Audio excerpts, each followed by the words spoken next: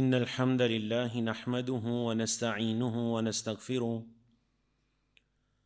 ونعوذ بالله من شرور أنفسنا ومن سيئات أعمالنا من يهده الله فلا مضل له ومن يضلله فلا هادي له وأشهد أن لا إله إلا الله وحده لا شريك له وأشهد أن محمدًا عبده ورسوله أما بعد فإن خير الحديث كتاب الله وخير الهدي هدي محمد صلى الله عليه وسلم وشر الأمور محدثاتها وكل محدثة بدعة وكل بدعة ضلالة وكل ضلالة في النار يا أيها الذين آمنوا اتقوا الله حق تقاته ولا تموتن إلا وأنتم مسلمون يا أيها الناس اتقوا ربكم الذي خلقكم من نفس واحدة وخلق منها زوجها وبث منهما رجالا كثيرا ونساء واتقوا الله الذي تساءلون به والأرحام إن الله كان عليكم رقيبا يا أيها الذين آمنوا اتقوا الله وقولوا قولا سديدا يصلح لكم أعمالكم ويغفر لكم ذنوبكم ومن يطع الله ورسوله فقد فاز فوزا عظيما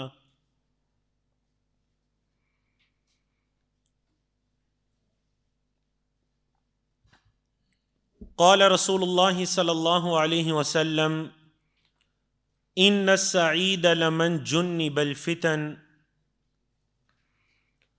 رب اشرح لي صدري ويسر لي أمري واحلل عقدة من لساني يفقهوا قولي اللهم انفعنا بما علمتنا وعلمنا ما ينفعنا وزدنا علما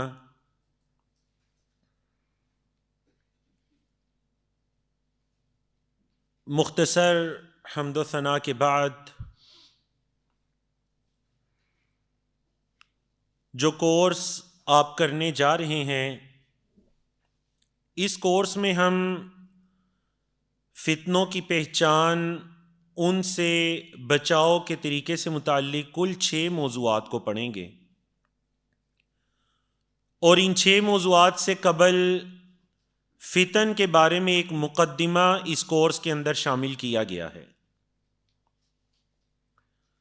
کورس کو قرآن و حدیث کے مطالعے سے تیار کیا گیا، حوالہ جات سلائیڈز کے اندر درس ہیں۔ کورس کا وقت 3 گھنٹے ہے، جس میں سے انشاءاللہ 1.5 گھنٹہ ہم آج اس کورس کو کور کریں گے، جس میں آدھا ہوگا، اور باقی کا کورس کل انشاءاللہ ہم مکمل کریں گے، اور آخر میں کچھ وقت کوشش کریں گے 15 سے 20 منٹ ہم سوال و جواب کے لیے رکھیں۔ کورس کی نظر ثانی علماء کرام کی ایک جماعت کی طرف سے کی گئی۔ کورس بنانے کا جو سبب تھا، یا جس چیز نے مجھے ابھارا اس کورس کے ترتیب دینے پر، وہ یہ تھا کہ استاد محترم علامہ عبداللہ ناصر رحمانی صاحب حافظہ اللہ، وہ سعودی عرب ریاض تشریف لائے، تو وہاں ایک دعویٰ سینٹر میں شیخ عبداللہ ناصر رحمانی صاحب حافظہ اللہ نے صحیح مسلم سے کتاب الفتن کو 4 دن کے اندر مکمل سبقاً پڑھایا۔ آپ کہہ لیجئے پاکستان میں اسلام آباد سے تعلیم حاصل کرنے کی وجہ سے وقت نے یہ اجازت نہیں دی کہ استاد محترم کے پاس کراچی جایا جائے، علم حاصل کیا جائے، لیکن جب بھی وہ راولپنڈی اسلام آباد تشریف لاتے، ان کے دروس کے اندر شرکت کا موقع ملتا۔ اللہ سے یہ دعا کی کہ اللہ وہ وقت لائے کہ استاد محترم کے سامنے باقاعدہ شاگردی اختیار کرنے کا موقع ملے۔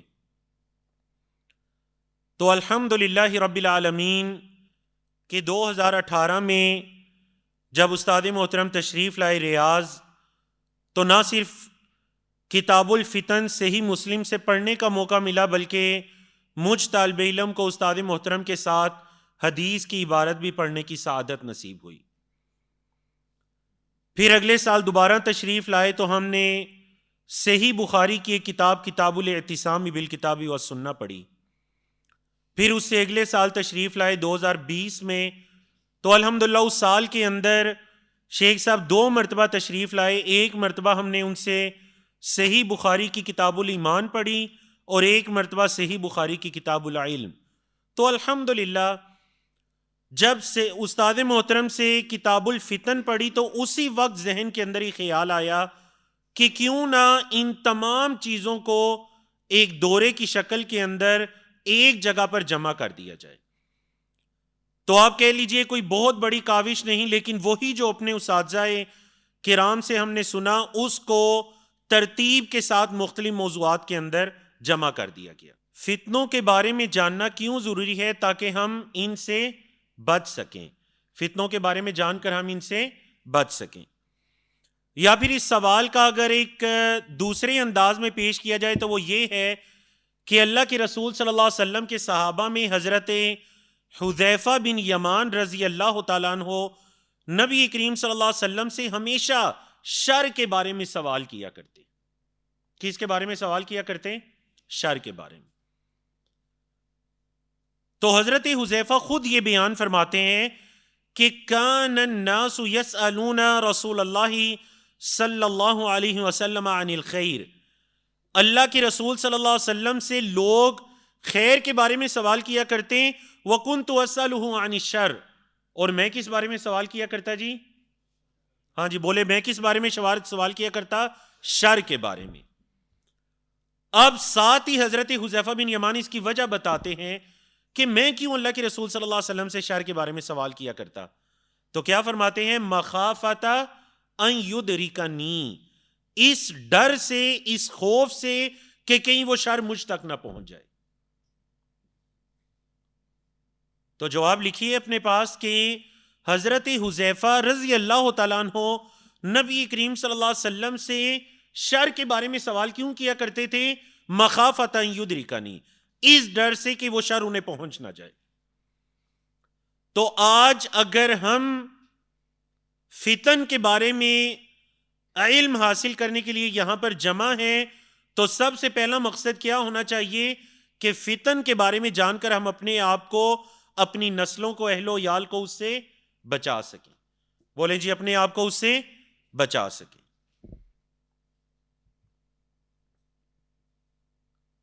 حضرت حذیفہ بن یمان، مطلب یہ ممکن نہیں ہے کہ کوئی فتن کے بارے میں گفتگو کرے اور اس کے اندر حضرت حذیفہ بن یمان رضی اللہ تعالیٰ عنہ کا تذکرہ نہ ہو۔ کیوں جی، کیا یہ ممکن ہے؟ بتائیے، فتن کی احادیث کو سب سے زیادہ روایت کرنے والے کون سے صحابی ہیں؟ حضرت حذیفہ۔ مکہ مکرمہ میں پیدا ہوئے اور نبی کریم صلی اللہ علیہ وسلم کے اعلان نبوت سے پہلے آپ کے والد مدینہ منورہ چلے گئے تو یہ بھی ان کے ساتھ چلے گئے۔ مطلب حضرت حذیفہ جو ہیں وہ اصل میں کیا ہیں؟ مکی صحابی ہیں، مکہ کے رہنے والے ہیں، لیکن آپ صلی اللہ علیہ وسلم کے اعلان نبوت سے پہلے کہاں منتقل ہو گئے؟ مدینہ منورہ میں۔ پھر جب اوس اور خزرج کے لوگوں نے اسلام قبول کرنا شروع کیا تو حضرت حذیفہ رضی اللہ تعالیٰ عنہ نے بھی کیا کر لیا؟ ان کے والد نے بھی اسلام قبول کر لیا۔ اب جب اسلام قبول کیا تو انہوں نے اللہ کے رسول صلی اللہ علیہ وسلم سے ایک سوال کیا۔ کیا سوال کیا جی؟ انہوں نے اللہ کے رسول صلی اللہ علیہ وسلم سے سوال یہ کیا کہ میرا شمار انصار میں ہوگا یا مہاجرین میں ہوگا؟ مہاجرین میں اس لیے کہ ہماری اصل تو مکہ سے ہے، اور انصار میں اس لیے کہ ہم نے اسلام تو اوس اور خزرج کے ساتھ قبول کیا، مطلب انصاری صحابہ کے ساتھ قبول کیا۔ تو یہ حضرت حذیفہ کی واحد فضیلت ہے احادیث کے اندر کہ اللہ کے رسول صلی اللہ علیہ وسلم نے انہیں کیا فرمایا تھا؟ انت یا حذیفہ من المہاجرین والانصار، اے حذیفہ آپ مہاجرین میں سے بھی ہیں اور انصار میں سے بھی ہیں۔ اللہ اکبر۔ کیونکہ دیکھیں صحابہ کرام یا مہاجرین میں سے تھے یا انصار میں سے. لیکن حضرت حذیفہ کے بارے میں آپ صلی اللہ علیہ وسلم نے کیا فرمایا کہ اے حذیفہ آپ مہاجرین میں سے بھی ہیں اور آپ انصار میں سے بھی ہیں. اور دوسرا جو اعزاز حاصل ہے حضرت حذیفہ کو وہ کیا ہے کہ کیا لقب تھا جی آپ کا؟ صاحب سر رسول اللہ صلی اللہ علیہ وسلم. اردو میں ہم کیا کہیں گے؟ رازدان رسول صلی اللہ علیہ وسلم. حضرت حذیفہ نبی کریم صلی اللہ علیہ وسلم کے رازدان تھے. بولے نبی کریم صلی اللہ علیہ وسلم کے رازدان تھے. آپ منافقین کے ناموں کے بارے میں جانتے تھے اور فتن کی احادیث کو کثرت کے ساتھ روایت کرنے والے صحابی ہیں. اور آپ کی وفات سن 36 ہجری میں مدائن کے مقام پر ہوتی ہے. مدینہ منورہ سے شمال کی طرف اگر آپ تبوک کے راستے میں جائیں تو راستے میں کیا آتا ہے؟ مدائن صالح کی جو حضرت صالح علیہ السلام کی آبادیاں تھی وہ آتی ہیں. تو اس مقام پر یہ منتقل ہوتے ہو گئے تھے. تو وجہ یہ ہے کہ جیسے مدینہ منورہ سے دیگر صحابہ کرام دوسرے شہروں کے اندر چلے گئے علم کی ترویج کے لیے، تو حضرت حذیفہ بھی مدینہ سے مدائن کی طرف منتقل ہو گئے تھے. اب ایک اہم ترین سوال ہے کہ اللہ کے رسول صلی اللہ علیہ وسلم کی امت میں فتنوں کا آغاز کب ہوا؟ ہاں جی، کیا جواب ہے اس کا؟ جی، اللہ کے رسول صلی اللہ علیہ وسلم کی امت میں فتنوں کا آغاز حضرت عمر رضی اللہ تعالیٰ عنہ کی وفات سے ہوا. اگرچہ اس سے پہلے فتنے موجود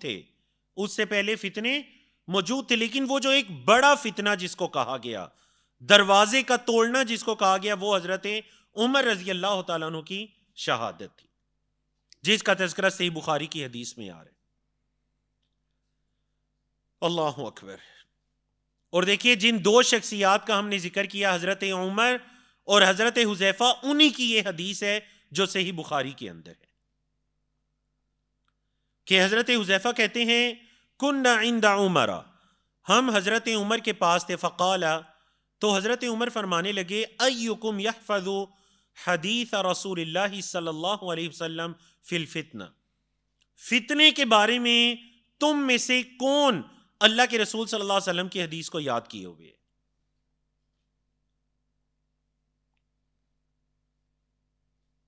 کما قال، جیسے آپ صلی اللہ علیہ وسلم نے اس حدیث کو بیان فرمایا. فقلت انا، تو حضرت حذیفہ کیا کہتے ہیں جی؟ بولیں حضرت حذیفہ کیا کہتے ہیں؟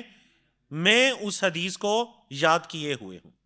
قال انک لجریء، تو حضرت حذیفہ نے کہا یہ جرأت آپ میں ہی ہے کیونکہ آپ ہی فتن کی احادیث کو بیان کر سکتے ہیں. وکیف قال، تو ذرا حذیفہ بتلائیے کہ آپ صلی اللہ علیہ وسلم نے کیسے فرمایا؟ قال، کہتے ہیں قلت، میں نے کہا سمعت رسول اللہ صلی اللہ علیہ وسلم، میں نے اللہ کے رسول صلی اللہ علیہ وسلم کو سنا، یقول، آپ فرما رہے تھے فتنۃ الرجل فی اہلہ ومالہ ونفسہ وولدہ وجارہ. 5 طرح کے فتنوں کا ذکر کیا. کتنی طرح کے؟ نمبر لگا لیجئے، کتنی طرح کے فتنوں کا؟ 5. آدمی کی آزمائش، انسان کی آزمائش، فی اہلہ، اس کے اہل و یال کے بارے میں، ومالہ، اور اس کے مال کے بارے میں، ونفسہ، اور اس کے نفس کے بارے میں، وولدہ، اور اس کی اولاد کے بارے میں، وجارہ، اور اس کے ہمسائے کے بارے میں. 5 طرح سے انسان کو آزمایا جاتا ہے. انسان کو کتنی طرح سے آزمایا جاتا ہے؟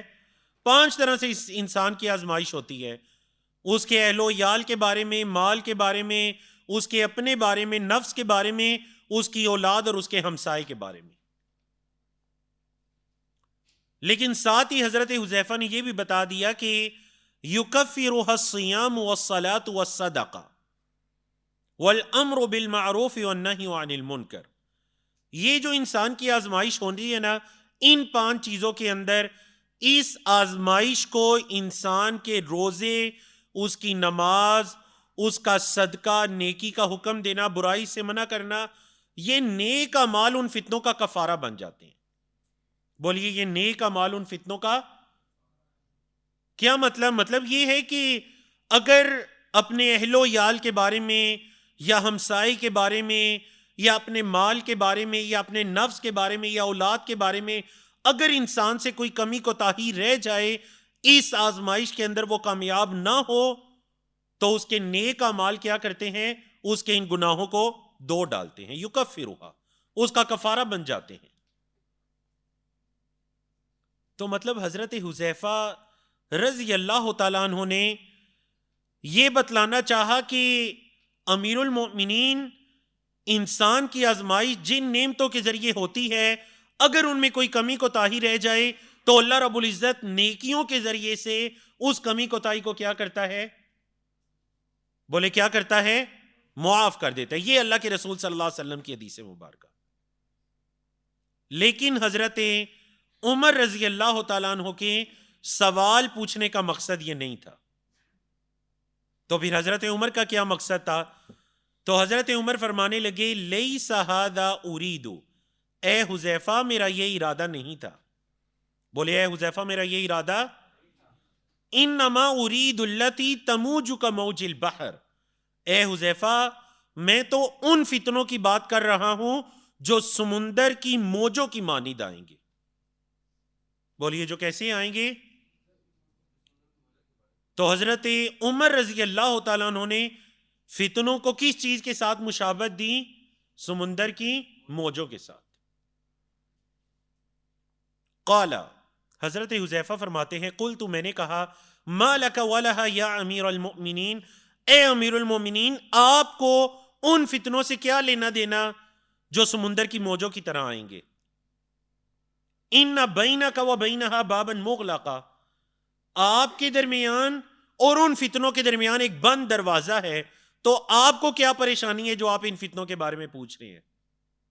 اللہ اکبر۔ قال، حضرت عمر نے فرمایا اے حذیفہ افا یکسر الباب ام یفتح، ذرا یہ تو بتلاؤ کہ وہ جو میرے اور ان فتنوں کے درمیان میں دروازہ ہے، اس دروازے کو توڑا جائے گا یا کھولا جائے گا؟ تو حضرت حذیفہ نے کیا جواب دیا؟ لا بل یکسر، لا بل کیا مطلب؟ اس دروازے کو کھولا نہیں جائے گا بلکہ اس دروازے کو توڑا جائے گا، کسر کیا جائے گا۔ اللہ اکبر۔ حضرت عمر نے فرمایا ذالک، اگر بات ایسے ہے نا کہ دروازے کو توڑا جائے گا، ذالک احرا اللہ یغلق ابدا، تو پھر وہ دروازہ کبھی بند نہیں ہوگا۔ اگر بات ایسے ہے کہ دروازے کو توڑا جائے گا تو پھر نبی کریم صلی اللہ علیہ وسلم کی امت میں کبھی یہ فتنوں کا دروازہ بند نہیں ہوگا۔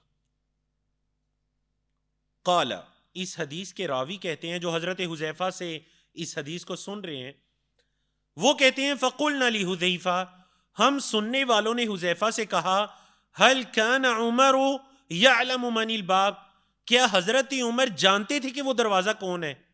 کیا سوال پوچھا جی حضرت حذیفہ نے؟ بولے کیا سوال پوچھا؟ حضرت حذیفہ کے شاگردوں نے ان سے کیا سوال پوچھا کہ کیا حضرت عمر جانتے تھے کہ وہ دروازہ کون ہے؟ من الباب، دروازہ کون ہے؟ کیا آپ سب جانتے ہیں کہ وہ دروازہ کون ہے؟ ہاتھ کھڑا کریں جو جانتے ہیں۔ یہ دروازہ جس کو توڑا جائے گا، اور یہ دروازہ جس کے بارے میں حضرت حذیفہ نے فرمایا اے امیر المومنین ما لک ولہا، آپ کو کیا ہے اس دروازے سے، یا آپ کو کیا ہے ان فتنوں سے؟ آپ کے اور ان فتنوں کے درمیان ایک بند دروازہ ہے۔ ہاں جی، کیا مراد ہے اس دروازے سے؟ بولے اس دروازے سے کیا مراد ہے؟ حضرت عمر بن خطاب رضی اللہ تعالیٰ عنہ بذات خود ہیں۔ اللہ اکبر۔ وہ بند دروازہ ہے نبی کریم صلی اللہ علیہ وسلم کی امت کے درمیان اور فتنوں کے درمیان ایک بند دروازہ۔ تو جب شاگردوں نے یہ پوچھا حضرت حذیفہ سے کہ کیا حضرت عمر جانتے تھے کہ وہ دروازہ کون ہے، تو حضرت حذیفہ نے بڑا پیارا جواب دیا، کہنے لگے نعم کما یعلم ان دون غد اللیل، ہاں جیسے انہیں یہ پتا تھا نا کہ کل کے اور آج کے درمیان آج رات ہے، ابھی کے درمیان اور کل کے درمیان کیا ہے؟ آج رات، جیسے انہیں یہ پتا تھا نا کہ رات کے بعد اگلا دن آنا ہے، تو بالکل انہیں اسی طرح پتا تھا، یقین تھا کہ وہ دروازہ کون ہے، وہ حضرت عمر بن خطاب خود ہے. اور حضرت عمر کو یہ بھی پتا چل چکا تھا کہ اس دروازے کو کھولا نہیں جائے گا بلکہ اس دروازے کو توڑا جائے گا. اللہ اکبر. تو اس سے دیکھیے ہمیں جو حضرت عمر رضی اللہ تعالیٰ عنہ کی فضیلت کے اندر احادیث آتی ہیں، ان اللہ جعل الحق علی لسان عمر، اللہ رب العزت نے حضرت عمر کی زبان پر حق کو رکھ دیا ہے. اور اگر شیطان ایک راستے سے چلتا ہے اور حضرت عمر رضی اللہ تعالیٰ عنہ ایک راستے سے چلتے ہیں، تو شیطان ہمیشہ اس راستے کے علاوہ چلتا ہے جس راستے سے حضرت عمر چلتے ہیں. اور لو کان بعدی نبی لکان عمر، اگر میرے بعد کوئی نبی ہوتے تو وہ کون ہوتے؟ حضرت عمر رضی اللہ تعالیٰ. اگر ہم نبی کریم صلی اللہ علیہ وسلم کی مختلف احادیث کو پڑھیں تو آپ علیہ الصلوۃ والسلام کی احادیث کے اندر فتنوں کو 4 چیزوں کے ساتھ مشابہت دی گئی. بولے جی کتنی چیزوں کے ساتھ مشابہت دی گئی؟ 4 طرح کی چیزوں کے ساتھ مشابہت دی گئی، اور چاروں احادیث آپ کے سامنے ہیں، آپ نے ان کا ترجمہ لکھنا ہے. سب سے پہلی جو مشابہت ہے وہ کس کے ساتھ دی گئی؟ بارش کے قطرات کے ساتھ. بولے سب سے پہلی مشابہت کس کے ساتھ دی گئی؟ بارش کے قطرات کے ساتھ. صحیح بخاری کی حدیث کہ اللہ کے رسول صلی اللہ علیہ وسلم ایک مرتبہ مدینے کے ٹیلوں میں سے ایک ٹیلے پر چڑھے، فقال، اور آپ نے فرمایا، هل ترون ما ارا، کیا تم وہ دیکھ رہی ہو جو میں دیکھ رہا ہوں؟ انی لارا مواقع الفتن خلال بیوتکم کمواقع القطر، میں فتنوں کے واقع ہونے کی جگہ کو دیکھ رہا ہوں تمہارے گھروں کے درمیان جیسے بارش کے قطرات کے واقع ہونا. جیسے بارش کے قطرات زمین پر پڑتے ہیں نا، تو زمین کا کوئی حصہ ان سے محفوظ نہیں رہ سکتا، تو بالکل اسی طرح میں فتنوں کے واقع ہونے کو دیکھ رہا ہوں. اللہ اکبر. کمواقع القطر. تو سب سے وہ پہلی چیز جس کے ساتھ فتنوں کو مشابہت دی گئی وہ کیا چیز ہے؟ بولے وہ کیا چیز ہے؟ بارش کے قطرات. دوسری چیز ہے جی اندھیری رات کے ٹکڑوں کی مانند. شدید اندھیری رات کے اندر جیسے وہ رات کے ٹکڑے ہوتے ہیں، اندھیرا ہوتا ہے، فتنوں کو اس کے ساتھ کیا دی گئی؟ مشابہت دی گئی. صحیح مسلم کی حدیث ہے کہ آپ صلی اللہ علیہ وسلم نے فرمایا، بادروا بالاعمال فتنا کقطع اللیل المظلم، جلدی کرو اعمال میں فتنوں سے پہلے. کیسے فتنوں؟ کقطع اللیل المظلم، جیسے کہ اندھیری رات کے ٹکڑے ہوتے ہیں. قطعتن کی جمع ہے، جیسے اندھیری رات کے ٹکڑے ہوتے ہیں بالکل اس طرح فتنوں نے آنا ہے. تو تم ان فتنوں سے پہلے اعمال میں کیا کر لو؟ جلدی کر لو. بولی جی ان فتنوں کے آنے سے پہلے اعمال میں کیا کر لو؟ تو رات کے اندھیرے کے ساتھ حدیث کے اندر فتنوں کو مشابہت دی گئی. تیسری مشابہت ہے جی سمندر کی موج کے ساتھ، جو ابھی حدیث مبارکہ ہم نے پڑھی. اور یہ مشابہت ہے حضرت عمر کی، کہ حضرت عمر حضرت حذیفہ سے کہتے ہیں، حذیفہ یہ جو آپ اہل و عیال کے بارے میں یا مال اور اولاد کے فتنے کے بارے میں بتا رہے ہیں اور اس کے کفارے کے بارے میں، تو میرا مقصد ان فتنوں کے بارے میں پوچھنا نہیں ہے، بلکہ وہ فتنے جو سمندر کی موجوں کی مانند آئیں گے. انما اريد التي تموج كموج البحر. تو تیسری تشبیہ اللہ کے رسول صلی اللہ علیہ وسلم نے فتنوں کو کس کے ساتھ دی جی؟ سمندر کی موجوں کے ساتھ. چوتھی جو تشبیہ ہے صحیح بخاری اور صحیح مسلم کی حدیث کے اندر اللہ کے رسول صلی اللہ علیہ وسلم نے چٹائی کے تنکوں کے ساتھ تشبیہ دی. بولے کس چیز کے ساتھ تشبیہ دی؟ تعرض الفتن علی القلوب، فتنے دلوں پر ایسے آئیں گے کل حصیری، جیسے کہ کھجور کی چٹائی ہوتی ہے، عودن عودن، ایک ایک لکڑی پھر دوسری لکڑی، کھجور کی ایک ٹہنی پھر دوسری ٹہنی، ٹہنی کے ساتھ ٹہنی، ٹہنیاں آپس میں ملی ہوئی ہوتی ہے۔ اللہ اکبر۔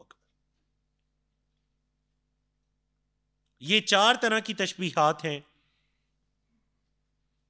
اور گزشتہ رات میں فتن کے بارے میں جب مطالعہ کر رہا تھا تو ایک اور تشبیہ بھی صحیح مسلم کی حدیث کے اندر دکھائی دی، جو میں نے اپنے اس کورس کے اندر اس وقت شامل نہیں کی تھی اور ابھی بھی نہیں کر سکا۔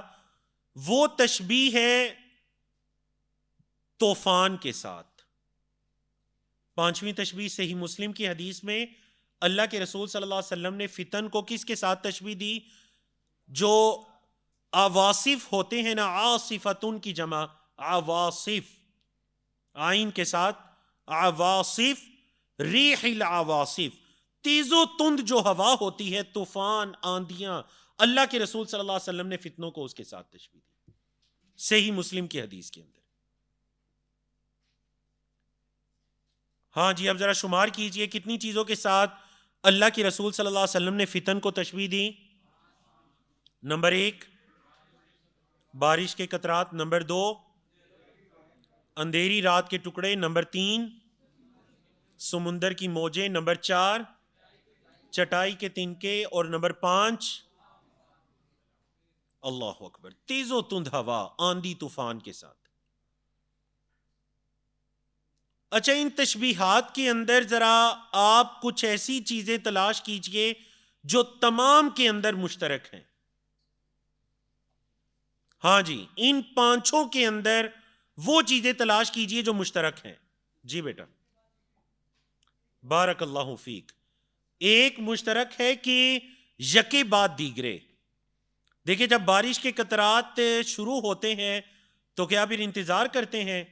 یا جب اندھیرا آتا ہے تو کیا انتظار کرتا ہے؟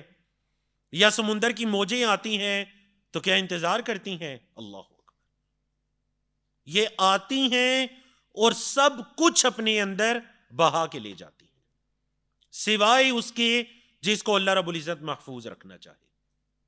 بولے، جس کو اللہ رب العزت محفوظ رکھنا چاہے۔ دیکھیں نا، وہ سلف صالحین اللہ کے رسول صلی اللہ علیہ وسلم کی سنت کے بارے میں کیا کہا کرتے کہ جو آپ صلی اللہ علیہ وسلم کی سنت اور حدیث ہے نا، وہ اصل میں سفینۃ نوح ہے، وہ نوح علیہ السلام کی کشتی کی مانند ہے۔ من راکبہا نجا، جو اس کے اندر سوار ہو گیا وہ کیا ہوا؟ نجات پا گیا، اور جو اس سے پیچھے رہ گیا وہ ہلاک ہو گیا۔ تو جب سمندر کی موجیں آتی ہیں تو کیا کوئی چیز ان سے بچ سکتی ہے؟ نہیں، سوائے اس کے جس نے اپنے آپ کے بچاؤ کا سامان کیا ہوتا ہے۔ اور ایک تو یہ چیز مشترک ہے کہ یکے بعد دیگرے، دوسری جو چیز ہے وہ کیا ہے؟ کثرت۔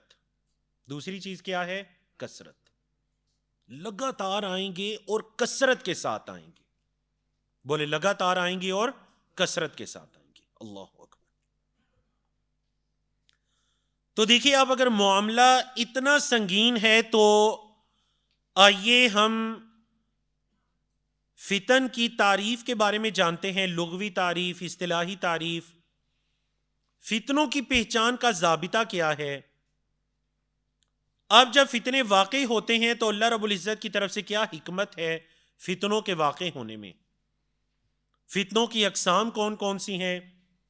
یہ 4 موضوعات اللہ کی توفیق سے ہم آج مکمل کریں گے، اور جو اگلے 2 موضوعات ہوں گے، مختلف فتنے، معاشرے پر ان کے اثرات اور ان کے اسباب، یہ موضوعات یا ان سے بچاؤ کے طریقے، اور جب فتنے عام ہو جائیں تو قرآن و سنت کی روشنی میں اللہ کے مومن بندوں کے دلوں کی ثابت قدمی کے لیے، تسکین کے لیے جو قرآن و سنت کے اندر طریقے بتائے گئے، ان کے بارے میں انشاءاللہ ہم کل پڑھیں گے۔ تو آتے ہیں جی فتنے کی تعریف کی طرف۔ فتنتن، اور اس کی جمع آتی ہے فتنن۔ واحد کیا ہے جی؟ فتنتن، تائی مربوطہ کے ساتھ، گول تا کے ساتھ فتنتن، یہ واحد ہے اور اس کی جمع کیا آتی ہے؟ فتن، فا تا نون فتن۔ فتنہ اصل میں آزمائش، امتحان اور جانچ پڑتال کے معنی میں استعمال ہوتا ہے۔ بولے جی کس معنی میں استعمال ہوتا ہے؟ آزمائش، امتحان اور جانچ پڑتال کے معنی میں۔ فتنے کا ایک لفظی معنی یہ بھی ہے کہ ادخال الذهب فی النار، جس کا ترجمہ آپ کے سامنے لکھا ہوا ہے، سونے کو آگ کے اندر، بٹی کے اندر داخل کرنا۔ عربی میں ہم کیا کہیں گے؟ ادخال الذهب فی النار، یہ فتنے کا مطلب ہے۔ فا تا نون، اس کا مادہ کیا ہے؟ فا تا نون، مطلب کیا ہے؟ ادخال الذهب فی النار، سونے کو آگ میں داخل کرنا۔ دیکھیے جو لوگ اس کو جانتے ہیں ان کے علم میں ہوگا کہ اگر آپ نے سونے کی میل کچیل کو، گولڈ جو ہوتا ہے اس کی ملاوٹ ہوتی ہے، اگر آپ نے اس کو دور کرنا ہے تو اس کا کیا طریقہ کار ہے؟ ہاں جی، اس کا کیا طریقہ کار ہے کہ اس سونے کو کیا کیا جاتا ہے؟ آگ کے اندر ڈال کر اس کو پگھلایا جاتا ہے۔ بولے آگ کے اندر ڈال کر اس کو پگھلایا جاتا ہے۔ اس طرح سے جو اس کا کھوٹ ہوتا ہے وہ الگ ہو جاتا ہے اور خالص سونا بالکل الگ ہو جاتا ہے۔ یہ ہے جی لغوی مطلب وہ جو یہ جو پروسیس ہے نا، سونے کو آگ میں ڈالنا تاکہ اس کی میل کچیل، اس کا کھوٹ الگ ہو جائے، اس پروسیس کو کہتے ہیں فتنہ۔ اس کو کیا کہتے ہیں؟ فتنہ۔ تو اصطلاحی تعریف میں ہم کیا کہہ سکتے ہیں کہ ہر وہ معاملہ جس سے خیر و شر کا پتہ چلے وہ فتنہ کہلاتا ہے۔ ہر وہ معاملہ جس سے انسانی خیر و شر کا پتہ چلے وہ کیا کہلاتا ہے؟ فتنہ۔ جس طرح سونے کو بٹی میں داخل کیا جاتا ہے اس کی میل کچیل دور کرنے کے لیے، تو اسی طرح اللہ رب العزت کی اس میں اور آگے چل کر حکمت آ بھی رہی ہے۔ اللہ رب العزت کی ایک حکمت یہ ہے فتنوں کے ذریعے تاکہ کھرے اور کھوٹے کی پہچان ہو سکے۔ بولے کھرے اور کھوٹے کی پہچان ہو سکے۔ قرآن مجید کے اندر مال اور اولاد کو بھی تو کیا کہا گیا؟ فتنہ کہا گیا۔ حالانکہ دیکھیں بعض اوقات کیا، اکثر اوقات انسان کی اولاد اس کے لیے نعمت کا باعث نہیں بن جاتی؟ ایسے ہی ہوتا ہے نا، اولادکم فتنہ، تو قرآن مجید کے اندر مال و اولاد کو فتنہ کہا گیا۔ تو مطلب یہ کہ مال و اولاد اللہ نے آپ کو دی آزمائش کے لیے۔ بولے کس کے لیے؟ آزمائش کے لیے، تاکہ اللہ رب العزت کھرے اور کھوٹے کو الگ الگ کر سکے کہ کون اس آزمائش پہ پورا اترتا ہے اور کون اس آزمائش کے اندر ناکام ہوتا ہے۔ باقی انشاءاللہ آپ کو یہ موضوع سمجھ آئے گا بھی۔ اور ایک انسائکلوپیڈیا ہے عقیدہ، ادیان، فرق اور مذاہب کا، بڑا خوبصورت انسائکلوپیڈیا ہے یہ، اور ابھی اس کی ترتیب جاری ہے۔ اس پر آدھا کام ہوا ہے اور آدھا کام باقی ہے۔ سعودی عرب کے شہر ریاض میں اس پر کام ہو رہا ہے۔ یہ جو انسائکلوپیڈیا ہے اس کے مطابق معاشرے میں پھیلنے والے وہ امور جو اہل معاشرہ کی زندگیوں، امن و امان، رہن سہن اور عقائد اور اخلاق پر اثر انداز ہوتے ہیں ان کو فتنہ کہتے ہیں۔ کتنی چیزیں آ گئیں جی؟ اہل معاشرہ کی زندگیوں پر، نمبر 2 امن و امان پر، نمبر 3 رہن سہن پر، اور نمبر 4 بولے اخلاق و عقائد و اخلاق یا اخلاق و عقائد پر جو چیزیں اثر انداز ہوتی ہیں وہ کیا کہلاتی ہیں؟ بولے وہ کیا کہلاتی ہیں؟ فتنہ کہلاتی ہیں۔ قرآن مجید کے اندر فتنہ کتنے معنی کے اندر استعمال ہوا؟ تو قرآن مجید میں فتنہ شرک کے معنی میں بھی استعمال ہوا۔ بولے قرآن مجید میں فتنے کا لفظ کس معنی میں استعمال ہوا؟ شرک کے معنی میں۔ سورۃ البقرہ آیت نمبر 191 کے وَالْفِتْنَةُ أَشَدُّ مِنَ الْقَتْلِ، اس سے کیا مراد ہے کہ جو اللہ کے ساتھ کسی کو شریک ٹھہرانا ہے یہ قتل سے بھی بڑا گناہ ہے۔ ایسے ہی ہے جی. کبیرہ گناہوں کے اندر سب سے بڑا گناہ کیا ہے؟ اکبر الکبائر کیا ہے؟ شرک ہے. اور اسی طرح والفتنۃ اکبر من القتل، یہ بھی سورۃ البقرہ کے اندر ہی ہے. نمبر 2، فتنہ استعمال ہوتا ہے امتحان و آزمائش کے مطلب میں. قرآن مجید کے اندر فتنے کا لفظ کس معنی میں استعمال ہوتا ہے؟ دوسرے نمبر پہ آزمائش اور امتحان کے معنی میں. جیسے سورۃ طٰہٰ کی آیت نمبر 40 ہے، وَقَتَلْتَ نَفْسًا فَنَجَّيْنَاكَ مِنَ الْغَمِّ وَفَتَنَّاكَ فُتُونًا. ہاں جی، یہ اللہ رب العزت نے کس کو فرمایا تھا؟ حضرت موسیٰ علیہ السلام کو اللہ نے یہ فرمایا تھا کہ اے موسیٰ، آپ نے ایک جان کو قتل کر ڈالا تو ہم نے آپ کو اس پریشانی سے نجات دی. وَفَتَنَّاكَ فُتُونًا، اور ہم نے آپ کو خوب آزمایا، خوب ہم نے آپ کو جھنجھوڑا، آزمایا. ٹھیک ہے جی.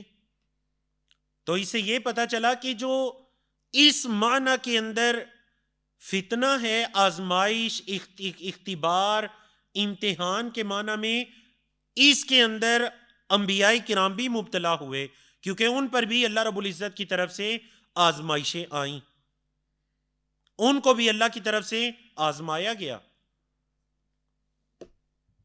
نمبر 3، فتنہ استعمال ہوتا ہے گناہ اور نافرمانی کے معنی میں. جیسا سورۃ توبہ آیت نمبر 49، وَمِنْهُمْ مَنْ يَقُولُ اُذَنْ لِي وَلَا تَفْتِنِّي، اور ان میں سے بعض ایسے ہیں جو یہ کہتے ہیں کہ آپ مجھے اجازت دیجیے اور مجھے فتنوں میں نہ ڈالیے. أَلَا فِي الْفِتْنَةِ سَقَطُوا، جان لیجئے کہ فتنے کے اندر تو وہ واقع ہو چکے ہیں. تو یہاں فتنے سے کیا مراد ہے؟ اور اس سے اچھا، یہ کون لوگ تھے جو نبی کریم صلی اللہ علیہ وسلم سے اجازت مانگ رہے تھے؟ اس سے کون مراد ہے؟ منافقین. بولے کون مراد ہے؟ تو وہ نبی کریم صلی اللہ علیہ وسلم کو یہ کہہ رہے تھے کہ ہمیں آزمائش میں نہ ڈالیے، ہمیں اجازت دے دیجئے. تو اللہ رب العزت نے کیا فرمایا؟ الا فی الفتنۃ سقطوا. وہ سورۃ توبہ کے اندر وہ یہ کہہ رہے ہیں کہ ہمیں آزمائش میں نہ ڈالیے، حالانکہ آلریڈی فتنے کے اندر تو وہ واقع ہو چکے ہیں. تو یہاں فتنے سے کیا مراد ہے؟ فسق و فجور مراد ہے، کہ وہ تو یہ جو کہہ رہے ہیں نا آزمائش، تو وہ تو جو اس سے بڑا فتنہ ہے، گناہوں کا فتنہ، اس کے اندر وہ واقع ہو چکے ہیں. اور نمبر 4، ہر وہ چیز جو اللہ کی اطاعت سے غافل کر دے وہ بھی کیا کہلاتی ہے؟ فتنہ. بولے وہ بھی کیا کہلاتی ہے؟ فتنہ. جیسا کہ اللہ رب العزت نے فرمایا وَاعْلَمُوا أَنَّمَا أَمْوَالُكُمْ وَأَوْلَادُكُمْ فِتْنَةٌ، اور جان لو کہ تمہارے مال اور تمہاری اولادیں آزمائش ہے. یہاں پر فتنے کا کیا مطلب ہے جی؟ آزمائش. اللہ نے مال دیا تو اس میں بھی آزمائش ہے، اس مال کا حق ادا کوئی کرتا ہے نہیں کرتا. اللہ نے اولاد عطا کی تو یہ بھی آزمائش ہے کہ اولاد ملنے کے بعد اولاد کی اچھی تربیت، ان کے حقوق کی ادائیگی، اس امتحان کے اندر اللہ کے بندے کامیاب ہوتے ہیں یا نہیں ہوتے. لیکن یاد رکھیے گا، جو اس امتحان کے اندر کامیاب ہو گیا تو پھر کیا خوشخبری ہے ان کے لیے؟ وَأَنَّ اللَّهَ عِندَهُ أَجْرٌ عَظِيمٌ، اور یہ کہ اللہ کے پاس اجر عظیم ہے. بولی جی، اللہ کے پاس اجر عظیم ہے. اور یہ کن لوگوں کے لیے ہے؟ جو اس آزمائش کے اندر کامیاب ہو جاتے ہیں، جو اس فتنے کے اندر جب مبتلا ہوتے ہیں تو اس سے نجات پا جاتے ہیں، کامیاب ہو جاتے ہیں. یہ تھی جی فتنے کی تعریف. اب ہم اگر آج کے دوسرے موضوع کی طرف آئیں، اور وہ ہے فتنوں کی پہچان کا ضابطہ. فتنوں کی پہچان کا ضابطہ، ہمیں پتہ کیسے چلے گا کہ یہ چیز فتنہ ہے یا نہیں فتنہ، یا کوئی خیر میرے لیے فتنہ بن چکی ہے یا نہیں بن چکی؟ مثلا مال ہے تو یہ مال میرے پاس بطور اللہ کی نعمت کے ہے، یا یہ میرے لیے فتنہ بن چکا ہے اور میں اس آزمائش کے اندر ناکام ہو چکا ہوں. تو امام شاطبی رحمہ اللہ فرماتے ہیں، ان کی ایک مشہور کتاب ہے الموافقات، الموافقات لشاطبی، یہ تعریف اس کے اندر ہے فرماتے ہیں کہ کل ما صد عن طاعت اللہ فہو فتنہ، ہر وہ چیز جو اللہ کی اطاعت سے روکے وہ فتنہ کہلاتی ہے۔ بڑی انہوں نے مطلب جامع ترین فتنوں کا ضابطہ بیان کر دیا کہ دنیا کے اندر اس دارالامتحان میں جو چیز آپ کو اللہ کی اطاعت سے روکتی ہے وہ آپ کے لیے کیا بن چکی ہے؟ فتنہ۔ اور امام ابن حجر العسقلانی رحمہ اللہ کیا فرماتے ہیں کہ کل ما اشغل عن اللہ فہو فتنہ، ہر وہ چیز جو اللہ سے انسان کو مشغول کر دے، غافل کر دے، وہ انسان کے لیے کیا ہے؟ فتنہ۔ بولے وہ انسان کے لیے کیا ہے؟ فتنہ۔ ہم اس ضابطے کو مکمل کرتے ہیں، اور اب یہ جو فتنوں کی پہچان کا ضابطہ ہے، امام عبد الرحمن بن مہدی کہتے ہیں کہ میں نے حضرت حسن بصری رحمہ اللہ کو سنا، وہ فرما رہے تھے کہ ان الفتنۃ اذا اقبلت عرفها العالم واذا ادبرت عرفها كل جاہل، کہ فتنہ جب آتا ہے تو ہر عالم اس کو پہچان لیتا ہے، اور فتنہ جب جاتا ہے تو ہر جاہل بھی اس کو پہچان لیتا ہے۔ جب وہ خوب انسان اس کے اندر کثرت کے ساتھ لوگ اس کے اندر ناکام ہو جاتے ہیں، اس فتنے کے اندر، اس آزمائش کے اندر وہ کامیاب نہیں ہو پاتے، ناکامی کی طرف چلے جاتے ہیں، اور جب وہ فتنہ اپنی انتہا کو پہنچ کر اپنے خاتمے کی طرف پہنچ رہا ہوتا ہے تو پھر جو جوہلا ہوتے ہیں ان کو بھی کیا ہو جاتا ہے؟ بولے جوہلا کو بھی پھر پتہ چل جاتا ہے کہ وہ یہ چیز تو کیا تھی جی، یہ تو بہت بڑا فتنہ تھا کہ جب یہ آیا تو ہم اس کو نہیں پہچان سکے۔ اللہ اکبر۔ استاد محترم عبداللہ ناصر رحمانی صاحب فرماتے ہیں کہ یا علماء فتن کو پہچانتے ہیں، یا وہ لوگ جو ہیں تو عام عوام الناس لیکن علماء کرام کے ساتھ منسلک ہیں، علماء کرام کے ساتھ جڑے ہوئے ہیں، علماء کرام کی وجہ سے یا ان کے ساتھ رہنے کی وجہ سے اس فتنے کو وہ بھی پہچان لیتے ہیں۔ اور وہ لوگ جن کے نہ تو اپنے پاس علم ہے اور نہ ہی وہ علم والوں کے قریب ہیں، وہ فتنوں کے اندر کیا ہوتے ہیں؟ اس آزمائش کے اندر وہ ناکام ہو جاتے ہیں۔ اللہ اکبر۔ تو یہ فتنوں کی پہچان کا بڑا عظیم ضابطہ، یا ضابطے کے اندر 3 اقوال جو علماء امت ہیں، فقہا ہیں، ان کے اقوال کی روشنی میں بتائی گئی۔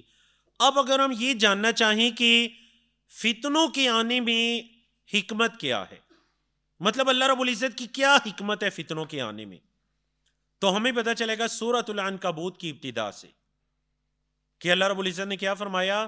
الف لام میم احسب الناس ان یترکوا ان یقولوا آمنا وہم لا یفتنون، کیا لوگ یہ سمجھ بیٹھے ہیں کہ انہیں چھوڑ دیا جائے گا جب وہ یہ کہیں گے، یا انہوں نے یہ کہا کہ ہم ایمان لے آئے، مطلب یہ کہہ دیا انہوں نے کہ ہم ایمان لے آئے تو انہیں چھوڑ دیا جائے گا، وہم لا یفتنون، اور انہیں آزمایا نہیں جائے گا۔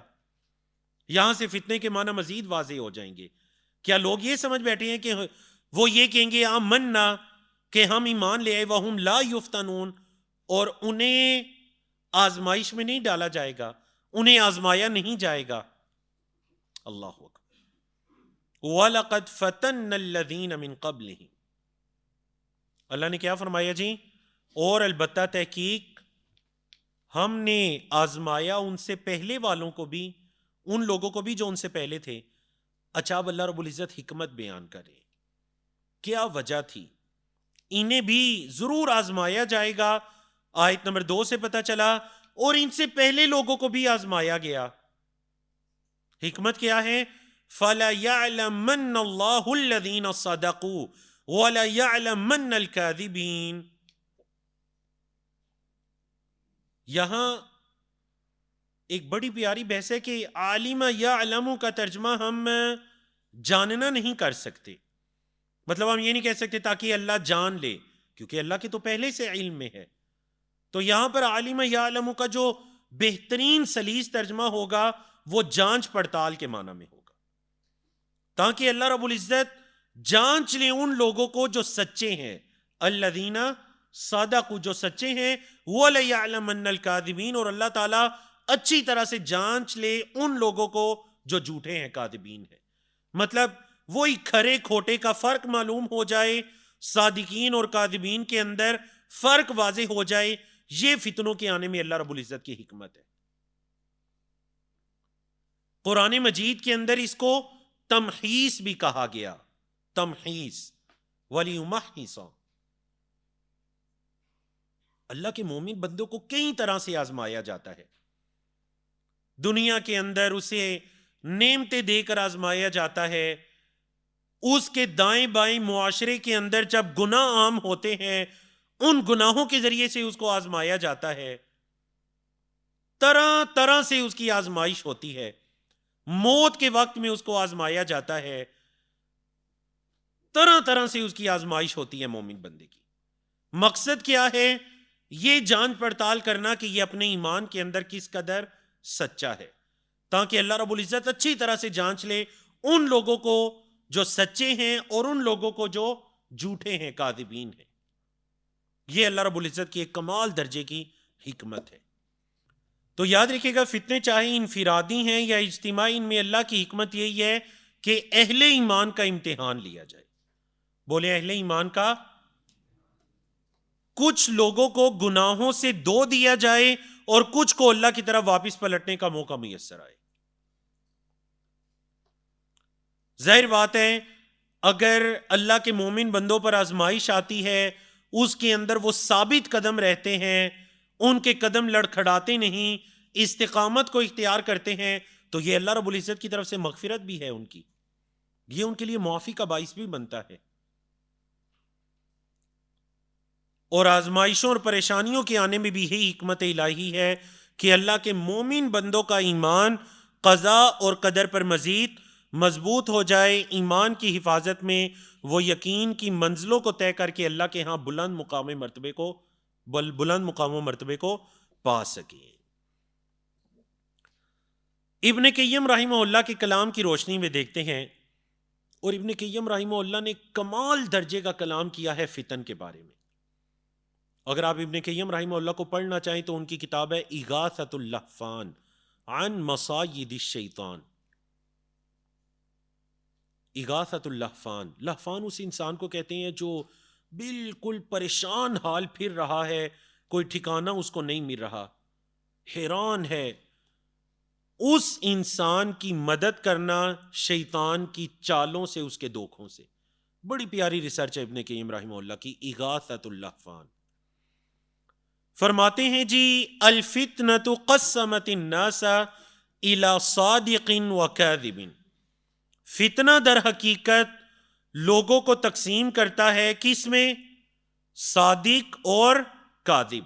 سچے الگ ہو جاتے ہیں اور جھوٹے الگ. ومؤمن و منافق. اور فتنہ کیا تقسیم کرتا ہے جی؟ اللہ کے مومن بندے الگ اور منافق الگ. وطیب و خبیث. اور جو پاک چیز ہوتی ہے اور جو خبیث ہوتی ہے وہ بھی کیا ہو جاتی ہے؟ الگ. فمن صبر علیہا، جس نے ان پر صبر کیا، کانت رحمتا فی حقہ، تو یہ آزمائشیں، یہ فتن اس کے حق میں کیا ہو جائیں گے؟ بولے کیا ہو جائیں گے اس کے حق میں؟ رحمت. وَنَجَا بِصَبْرِهِ، اور وہ اپنے صبر کے سبب نجات پا جائے گا، من فتنۃ اعظم منها، اس فتنے سے جو اس سے بھی بڑا ہے. کیا مطلب کوئی انسان اگر کسی چھوٹے فتنے سے نکل جاتا ہے اور اس کے اندر ناکام نہیں ہوتا، تو جو اس سے بڑا فتنہ آنے والا ہوتا ہے وہ اس کے اندر بھی ضرور کامیاب ہوتا ہے. وَمَن لَّمْ يَصْبِرْ، اور فرماتے ہیں کہ جو اس چھوٹی آزمائش کے اندر صبر نہ کر سکے، وَقَعَ فِي فِتْنَةٍ أَشَدَّ مِنْهَا، وہ اس فتنے کے اندر واقع ہو جاتا ہے جو اس سے بھی بڑا ہے. بولے وہ اس فتنے میں واقع ہوتا ہے جو اس سے بھی بڑا ہے. اللہ اکبر. مزید حکمت الہی دیکھتے ہیں جی آپ صلی اللہ علیہ وسلم کی حدیث کی روشنی میں. ایک ہی حدیث ہے، البتہ اس کے دو مختلف روایات کے الفاظ آپ کے سامنے ہیں. سنن ترمذی اور مسند احمد کی روایات ہیں. حضرت انس راوی ہیں کہ آپ صلی اللہ علیہ وسلم نے فرمایا یأتی علی الناس زمان، لوگوں پر ایک زمانہ ایسا آئے گا الصابر فیہم علی دینہ، اس زمانے کے اندر اپنے دین پر صبر کرنے والا ایسے ہی ہوگا کالقابض علی الجمر، جیسا کہ ہاں جی کیا مطلب ہے جمر کا؟ کیا مطلب ہے؟ کیا مطلب ہے؟ انگارہ. کسی لکڑی کو، کوئلے کو خوب دہکایا جائے تو وہ کیا بن جاتا ہے؟ انگارہ. تو لوگوں پر ایک زمانہ ایسا آئے گا کہ اپنے دین پر صبر کرنے والا ایسا ہوگا جیسا کہ اپنے ہاتھ کے اندر انگارے کو پکڑنے والا. تو مجھے بتائیے کیا ہاتھ کے اندر انگارے کو پکڑنا یہ کوئی آسان کام ہے؟ اللہ اکبر. ہاتھ پہ انگارہ رکھنا کوئی آسان کام؟ تو ایک وقت ایسا آئے گا لوگوں پر کہ بالکل دین پر ثابت قدم ایسا ہی ہوگا جیسے ہاتھ پر انگارہ رکھنے والا. اور دوسری حدیث کے اندر آپ صلی اللہ علیہ وسلم نے کیا فرمایا کہ المتمسک یومئذ بدینہ، اس دن اپنے دین کو مضبوطی سے تھامنے والا. دیکھیں دین کے اندر داخل ہونا یا دین کا اقرار کرنا اور دین کا تمسک، ان کے اندر بڑا فرق ہے. بولے ان کے اندر بڑا فرق ہے. المتمسک بدینہ، یہاں پر کس کا تذکرہ آ رہا ہے؟ دین کو، صرف دین کا نام لیوا نہیں بلکہ دین کو مضبوطی کے ساتھ تھامنے والا، تمسک، چمٹ جانے والا. یہ کیسے ہوگا؟ کالقابض علی الجمر، یہ ایسے ہی ہوگا جیسے کہ کوئی انگارے کو پکڑنے والا، او قال علی الشوک، یا آپ صلی اللہ علیہ وسلم نے یہ فرمایا کہ کوئی کانٹوں کو اپنے ہاتھ میں لینے والا. شوک کا مطلب کیا ہے جی؟ کانٹے. تو جیسے انگارے یا کانٹے کو ہاتھ میں لینا کوئی آسان کام نہیں ہوتا، تو بالکل دین کے اوپر ثابت قدم اور دین کو مضبوطی سے تھامنے والا اور اس پر صبر کرنے والا بھی اس زمانے کے اندر ایسا ہی ہوگا.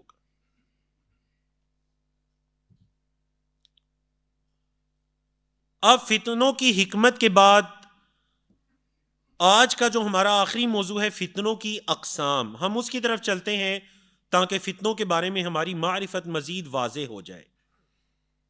علماء کرام نے فتنوں کو مختلف طرح سے تقسیم کیا. ہم اس مختصر دورے کے اندر 3 اعتبار سے فتنوں کی اقسام کو پڑھتے ہیں. کتنے اعتبار سے جی؟ 3 اعتبار سے. یہ سب سے پہلا اعتبار ہے اور یہ امام ابن قیم رحمہ اللہ کے نزدیک ہی فتنوں کی تقسیم ہے. فرماتے ہیں کہ فتنے اصل میں 2 طرح سے ہیں. ایک ہے جی فتنۃ الشبہات اور ایک ہے فتنۃ الشہوات. بولے ایک کیا ہے؟ فتنۃ الشبہات، اور دوسرا کیا ہے؟ فتنۃ الشہوات. شبہات اور شہوات. پہلے نمبر 2 کو پڑھ لیجئے، کیونکہ اگر ہم ان کو درجہ وائز رکھیں نا تو بتائیے ان دونوں کے اندر زیادہ شدید یا زیادہ بڑا فتنہ کون سا ہے؟ شہوات کا یا شبہات کا؟ یاد رکھیے گا ان میں سے بڑا فتنہ کون سا ہے جی؟ شبہات. شہوات کا فتنہ یہ ہے شہوت الفروج، شرمگاہ کا فتنہ، شہوت البطن، پیٹ کا فتنہ. پیٹ کے فتنے سے مراد مال کا فتنہ، حرام مال کمانا، پیٹ کو بھرنا. شہوت المال، مال کمانا، سود، حرام حلال جس طرح سے آ رہے یہ تمیز بلا بیٹھنا. شہوت الجاہ والرئاسہ، ہاں جی یہ بھی فتنہ ہے یا نہیں؟ اور یہ شیخ صالح الفوزان حافظہ اللہ ہیں، ان کا میں نے کلام پڑھا. سعودی عرب کے جو ایک ممتاز عالم دین ہے اور اس امت کے فقیہ ہیں شیخ صالح بن فوزان الفوزان، انہوں نے یہ مثالیں دی تھی کہ فتنۃ الشہوات کے اندر یہ ساری چیزیں آ جاتی ہیں. تو انہوں نے کہا کہ ان کے اندر جو شدید فتنہ ہے شہوات کے اندر بھی، وہ فتنۃ الجاہ والریاسہ ہے، کرسی کا فتنہ، پاور کا فتنہ، ریاست سے ہے نا رئیس، اتھارٹی کا فتنہ، آپ کی قوت کا فتنہ۔ اللہ اکبر، یقین جانیے یہ اتنا شدید فتنہ ہے کہ مطلب علماء کرام جتنا اس فتنے سے احتیاط برتتے ہیں، میں نے بڑے بڑے علماء کو دیکھا اس فتنے سے احتیاط برتتے ہوئے، اور کئی لوگ جو اس فتنوں کے اندر مبتلا بھی ہو جاتے ہیں۔ یقین جانیے یہ اتنا بڑا فتنہ ہے کہ اگر آپ کے پیچھے کھڑے ہو کر 10 لوگ نعرہ لگانے والے ہو جائیں نا، تو شاید میرے اور آپ کے لیے بھی اس فتنے سے بچنا ناممکن ہو جائے۔ یہ بہت بڑا فتنہ ہے، اللہ اکبر، کرسی کا فتنہ، پاور کا فتنہ، آج کل کے دور میں آپ کہہ سکتے ہیں فالورز کا فتنہ ہے جی، اللہ اکبر۔ یہ شہوات کے فتنے ہیں۔ بولیے یہ کس چیز کے فتنے ہیں؟ شہوات۔ مطلب شبہات اور شہوات میں پھر بیسک فرق کیا ہو جائے گا؟ دیکھیں شہوات کے اندر ایک انسان اگر حرام مال کھا رہا ہے تو اس کو حرام سمجھ کر کھا رہا ہے، اس کو پتہ ہے یار یہ سود ہے، لیکن شہوت غالب آ گئی اور وہ اس فتنے کے اندر کیا ہوا؟ ناکام ہو گیا، مبتلا ہو گیا۔ ایسے ہی ہے، مطلب وہ گناہ کو گناہ سمجھ رہا ہے، لیکن شبہات کے اندر کیا ہوتا ہے؟ بولے شبہات کے اندر گناہ کو گناہ نہیں سمجھا جاتا۔ اللہ اکبر۔ جیسے میں یہ مطلب اگر میں یہ مزید آپ کو سمجھانا چاہوں تو میں یہ کہہ سکتا ہوں کہ جو آج ہمارا بینکنگ سسٹم ہے اور اس کے اندر جو لین دین کے معاملات ہیں، اس کے اندر مختلف طرح کی چیزیں ہیں، تو آج سے 15 20 30 40 سال پہلے یہ شہوات تھیں، کیونکہ اس دور میں کیا ہوتا تھا جی، آپ انویسٹ کرتے تھے اور آپ پر اس کو کیا ملتا تھا؟ پروفٹ ملتا تھا، اور ہر بندہ یہ کہتا تھا سود ہے، ہمیں بھی پتہ ہے سود ہے، لیکن لالچ غالب آتی تھی، شہوت غالب آتی تھی اور اس کے اندر مبتلا۔ لیکن آج کل کیا ہو رہا ہے؟ دیکھیں آج کل یہ ہو رہا ہے کہ آپ کو کہا جاتا ہے انویسٹمنٹ کریں اور یہ 100% حلال ہے، اس کے اندر کوئی حرام والی چیز ہی نہیں ہے۔ سمجھا کہ ٹھیک ہے چلیں کوئی ہو بھی سکتا ہے حلال حرام، وہ تفصیلاً اس کی شروط دیکھی جا سکتی ہیں، لیکن یہ ہے شبہات کہ حرام کو حلال کر کے پھر اس کو استعمال کرنا، اس کو عمل میں لانا، یہ ہے شبہات کا فتنہ۔ اور یہ شدید کیوں ہے؟ یہ شدید اس وجہ سے ہے کہ وہ یہ سمجھتا ہے کہ میں گناہ کر ہی نہیں رہا، میں تو بالکل جائز کام کر رہا ہوں۔ ہاں توبہ تو وہ کرے گا جو گناہ سمجھ کر کرے گا۔ سمجھ آئیے آپ کو؟ اور اس کی دوسری جو مثال ہے جو کچھ قدیم ابن قیم رحمہ اللہ نے بھی دی اور قدیم کتب کے اندر ہمیں وہ مثالیں ملتی ہیں، وہ یہ ہے کہ شہوات کا فتنہ اس کے اندر تمام طرح کے گناہ آ جاتے ہیں، اور شبہات کا فتنہ اس کے اندر بدعات آ جاتی ہیں، بدعات۔ کیونکہ جو انسان بدعت کرتا ہے وہ کیا سمجھ کر کر رہا ہوتا ہے جی؟ بولے وہ کیا سمجھ کر کر رہا ہوتا ہے؟ وہ تو نیکی سمجھ کر کر رہا ہوتا ہے۔ توبہ تو وہ تب کرے گا جب وہ اس کام کو گناہ سمجھے گا۔ وہ تو ایک دوسرے سے بڑھ چڑھ کر اس گناہ میں یا اس بدعت میں آگے جانے کی کوشش کرے گا۔ یہ شبہات ہے۔ بولے یہ کیا ہے؟ شبہات۔ تو شبہات کی مثال میں ہم کیا کہہ سکتے ہیں کہ دین کے متعلق شبہات کا پیدا ہونا، جس سے انسان یا تو گمراہی میں واقع ہو جاتا ہے یا دین سے دور ہو جاتا ہے۔ گمراہی میں ایسے کہ وہ دین کی کسی بنیادی چیز کا انکار کر بیٹھتا ہے۔ بولے دین کی کسی بنیادی چیز کا انکار کر بیٹھتا ہے۔ فتنہ انکار حدیث، نبی کریم صلی اللہ علیہ وسلم کی حدیث کا انکار کر بیٹھا۔ اور آج کل یہ فتنہ عملی طور پر کئی جگہ پر موجود ہے، لیکن ہمارے ہاں پاکستان کے اندر بھی یہ جو 60 70 80 کی دہائی تھی نا، اس دہائی میں یہ فتنہ عروج پہ تھا، فتنہ انکار حدیث۔ اہل القرآن کہتے ہیں جی ہم صرف قرآن کو مانتے ہیں۔ علماء کرام نے پوری کتابیں بھی لکھیں اس فتنے کے رد کے اندر۔ تو بہرحال جو دین کے اندر شکوک و شبہات پیدا کریں، یہ شکوک و شبہات دو طرح سے، یا تو کسی حرام چیز کو حلال کر دیں، ناجائز کو جائز کر دیں، یا پھر دین کی کسی بنیادی چیز کا انکار کر دیں۔ بولے یہ شکوک و شبہات کتنے طرح سے ہوں گے؟ 2 طرح سے. کون سی 2 طرح؟ نمبر 1 کہ کسی حرام چیز کو حلال یا کسی ناجائز چیز کو جائز، یا پھر آپ کہہ سکتے ہیں کسی غیر دین کو دین بنا لیا جائے.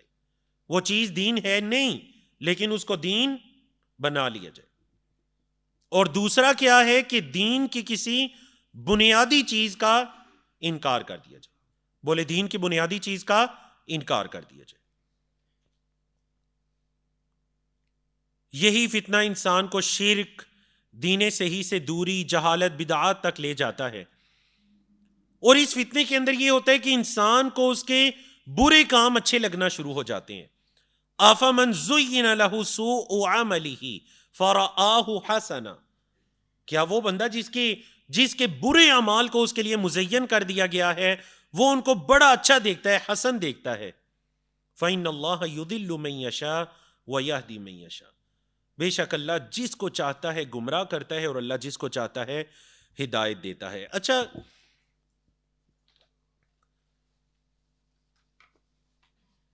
یہ جو آیات ہیں نا، ان آیات کی روشنی میں ذرا مزید فتنے کی یہ جو 2 قسمیں ہیں نا، شبہات اور شہوات، اس کو سمجھیے. ہاں جی، ابلیس نے کیا کہا تھا؟ ابلیس نے کہا تھا رب فانذرنی الی یوم یبعثون. آیت نمبر 36 کیا کہا تھا اس نے؟ اے اللہ مجھے مہلت دیجئے. کب تک مہلت دیجئے؟ الی یومی، بولیں الی یومی، اس دن تک مہلت دیجئے جس دن ان بندوں کو اٹھایا جائے گا. قیامت کے دن تک کی مہلت مانگی. تو کیا اللہ رب العزت نے اسے مہلت دی یا نہیں دی؟ کیا فرمایا اللہ نے؟ فَإِنَّكَ مِنَ الْمُنذَرِينَ، تو مہلت دیے گئےوں میں سے ہے. ابلیس تجھے مہلت دے دی گئی. کب تک مہلت دی گئی؟ اِلَى يَوْمِ الْوَقْتِ الْمَعْلُوم، ایک معلوم وقت کے دن تک، قیامت کے قائم ہونے تک تجھے کیا ہے؟ مہلت. قال، کہنے لگا رب بما اغویتنی، اے اللہ بسبب اس کے جو تو نے مجھے گمراہ کیا، لأزینن لہم فی الارض وَلَأُغْوِيَنَّهُمْ أَجْمَعِينَ، اے اللہ میں ضرور ان کے لیے مزین کروں گا جو کچھ زمین میں ہے، اور میں ان سب کے سب کو ضرور گمراہ کروں گا. ہاں إِلَّا عِبَادَكَ مِنْهُمُ الْمُخْلَصِينَ، ہاں اے اللہ جو تیرے مخلص، تیرے چنیدہ بندے ہوں گے نا، ہاں وہ ہوں گے جو میری گمراہی یا جن چیزوں کو میں نے مزین کیا ہوگا وہ اس کے اندر مبتلا نہیں ہوں گے. یہ ہے جی شہوات کا فتنہ، کہ شیطان انسان کے لیے اس گناہ کو مزین کر دیتا ہے. بولے انسان کے لیے اس گناہ کو کیا کر دیتا ہے؟ مزین کر دیتا ہے. ایک وہ انسان ہے جس کے دل کے اندر یہ تڑپ رہتی ہے کہ کب اسے کوئی نیک کام کرنے کا موقع ملے گا، کب مسجد جائے گا، نماز قائم کرے گا، کب قرآن کھولے گا. اس کے دل میں یہ تڑپ رہتی ہے کب کسی علم کی مجلس میں بیٹھے گا، قرآن و سنہ کو سنے گا، پڑھے گا، علم کو حاصل کرے گا، نیک لوگوں کی مجالس میں بیٹھے گا. اور دوسرا شخص ہے جس کے دل کے اندر یہ تڑپ رہتی ہے کہ کب جان چھوٹے گی، کب میں وہ رات کو جو گناہ کرتا ہوں وہ کروں گا، کب میرے لیے یہ گناہ کا کرنا آسان ہوگا، کب میں اس جگہ پہ پہنچوں گا. بتائیے انسان کی حالت یہ 2 طرح سے رہتی ہے یا نہیں رہتی؟ اللہ، یہ ہے شیطان کا گناہ کو مزین کرنا. اب ہر انسان اپنے دل کے اندر جھانکے کہ اس کے دل کے اندر کیا رہتا ہے. گناہوں کی تزیین رہتی ہے، گناہوں کی خوبصورتی رہتی ہے، ان کے لیے تڑپ، ان کا انتظار رہتا ہے، یا نیکی کے لیے تڑپ اور اس کا انتظار رہتا ہے. اسی لیے جب آپ صلی اللہ علیہ وسلم نے بڑے بڑے اجر والے اعمال کا ذکر کیا نا، تو اس کے اندر یہ عمل بھی ذکر کیا، وانتظار الصلاۃ بعد الصلاۃ، ایک نماز کے بعد دوسری نماز کا انتظار کرنا. اللہ کے مومن بندوں کو تو یہ انتظار رہتے ہیں. شیطان بندوں کے لیے گناہوں کو مزین کرتا ہے. یاد رکھیے گا شیطان کا جو پہلا وار ہوتا ہے وہ ہوتا ہے کہ وہ انسان کو شہوات کے فتنوں میں مبتلا کرتے. بولیں شیطان کا پہلا وار کیا ہوتا ہے؟ کہ وہ انسان کو شہوات کے فتنوں میں مبتلا کرتا ہے. اور جب وہ بندہ گناہوں کے اندر ڈوب جاتا ہے تو پھر اس کا دوسرا وار کیا ہوتا ہے؟ بولے دوسرا وار کیا ہوتا ہے کہ وہ شبہات کے اندر اس کو ڈالنا شروع کر دیتا ہے. اللہ ہوگا. اور شیطان کی ایک اور چال یہ ہوتی ہے کہ اگر کوئی انسان شہوات کے فتنوں کے اندر کامیاب ہو جاتا ہے، شہوات کے اندر وہ مبتلا نہیں ہوتا، کامیاب ہو جاتا ہے، تو شیطان کا ایک وار یہ ہوتا ہے کہ وہ نیک انسان کو نیکی کے کام میں مبتلا کر کے اس کو اس میں پھسلانے کی کوشش کرتا ہے. اور یہ ہیں شبہات کے فتنے. مجھے بتائیے جو لوگ بدعات کرتے ہیں، مختلف طرح کی جہالات کے اندر مبتلا ہیں، کیا وہ اس بدعت کو اپنے دل کے ساتھ نہیں کرتے؟ بتائیے. صحیح جذبے کے ساتھ وہ لوگ کر رہے ہوتے ہیں. آپ نے یہ ربیع الاول کا مہینہ گزرا، اس مہینے میں اپنے معاشرے کے اندر دیکھا ہوگا، اعمال کے اندر یہ کیا ہے؟ یہ کہ یہ لوگ اصل میں نیکی پسند ہے، یہ نیکی کو پسند کرنے والے ہیں. شہوات کے فتنے میں اگر گناہوں کو سرے عام کرنے کے فتنے میں مبتلا نہیں بھی ہوئے تو شیطان نے ان کو شبہات کے اندر پھسلا دیا. شیطان نے انہیں کس کے اندر مبتلا کر دیا؟ شبہات کے اندر، کہ جو چیز دین نہیں تھی ان کے سامنے اس کو دین بنا کر پیش کیا اور وہ اس کے اندر مبتلا ہو گیا. اللہ اکبر. العیاذ باللہ تعالی. اللہ رب العزت کی پناہ ان فتن سے. اور یہاں پر جو دوسرا نقطہ ہے وہ یہ ہے کہ شیطان نے یہ قسم تو کھائی تھی کہ میں ضرور مزین کروں گا ان کے لیے جو کچھ زمین میں ہے، لیکن ساتھ ہی یہ بھی بتا دیا تھا کہ الا عبادک منہم المخلصین. اچھا، آپ کو پتہ ہے وہ جب سونے کو آگ پر خوب تپایا جاتا ہے تو جو سونا الگ ہو جاتا ہے میل کچیل سے، اس سونے کو کیا کہتے ہیں عربی زبان میں؟ عربی زبان میں وہ جو میل کچیل ہوتی ہے اس کو کندن کہتے ہیں نا. آپ نے ٹھیک بتایا ہے. عربی میں اس کو کیا کہتے ہیں؟ آپ بتائیے، کیا بتایا آپ نے؟ خالص کس نے کہا تھا؟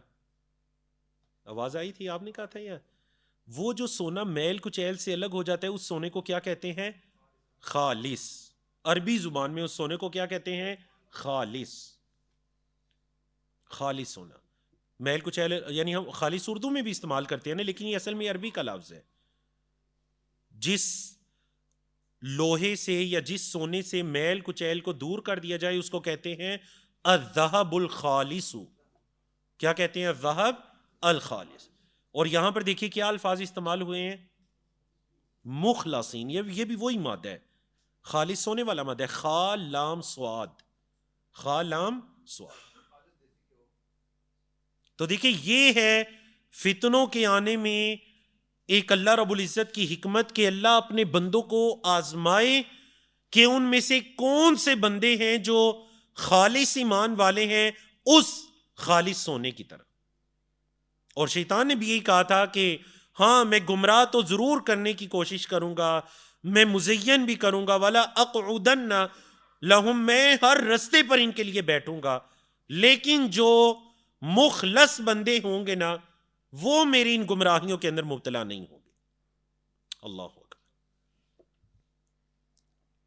اچھا جی، یہ فتنوں کی پہلی تقسیم تھی. تو ہم نے کتنی قسموں میں تقسیم کیا فتن کو؟ کون کون سی؟